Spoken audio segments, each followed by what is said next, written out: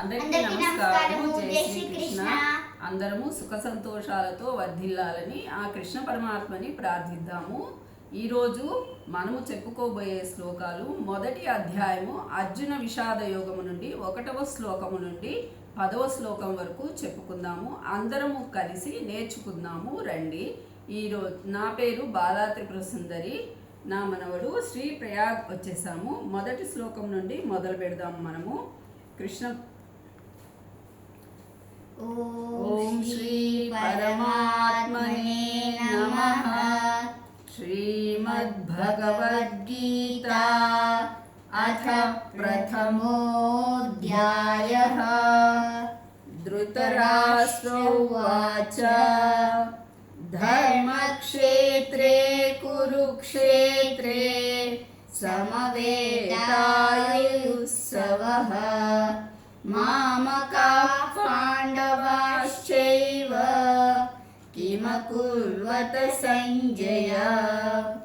సంజయ ఉవాచ దృష్ట్వా తు పాండవానీకం వ్యూఢం దుర్యోధనస్తథా ఆచార్యముపసంగమ్య రాజా వచనమబ్రవీత్. పశ్చైతాం పాండుపుత్రాణాం ఆచార్యమహతీం చమూం వ్యూఢాం ద్రుపదపుత్రేణ తవ శిష్యేన ధీమతా.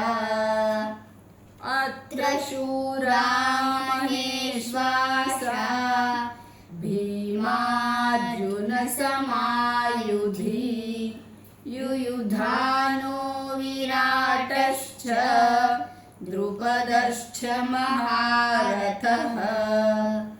దృష్టకేతుశ్చేకితానః కాశీరాజस्य వీర్యవాన్ కురుజిత్ కుంతిభోజశ్చ శైభ్యశ్చ నరపుంగవః. యుధామన్యుశ్చ విక్రాంత ఉత్తమౌజాస్య వీర్యవాన్ సౌభద్రో ద్రౌపదేయాశ్చ సర్వ ఏవ మహారథాః. అస్మాకం తు విశిష్టాయే తాని బోధద్విజోత్తమ. నాయకా సైన్యస్య సైన్యార్థం తాన్ బ్రవీమి తే. భవాన్ భీష్మశ్చ కర్ణశ్చ కృపశ్చ సమితింజయః. అశ్వత్థామా వికర్ణశ్చ సౌమదత్తిస్తథైవ చ. అన్యే చ బహవః శూరా మదత్తే త్యక్తజీవితాః. నానాశస్త్రప్రహరణాస్ సర్వే యుద్ధవిశారదాః. అపర్యాప్తం తదస్మాకం బలం భీష్మాభిరక్షితం.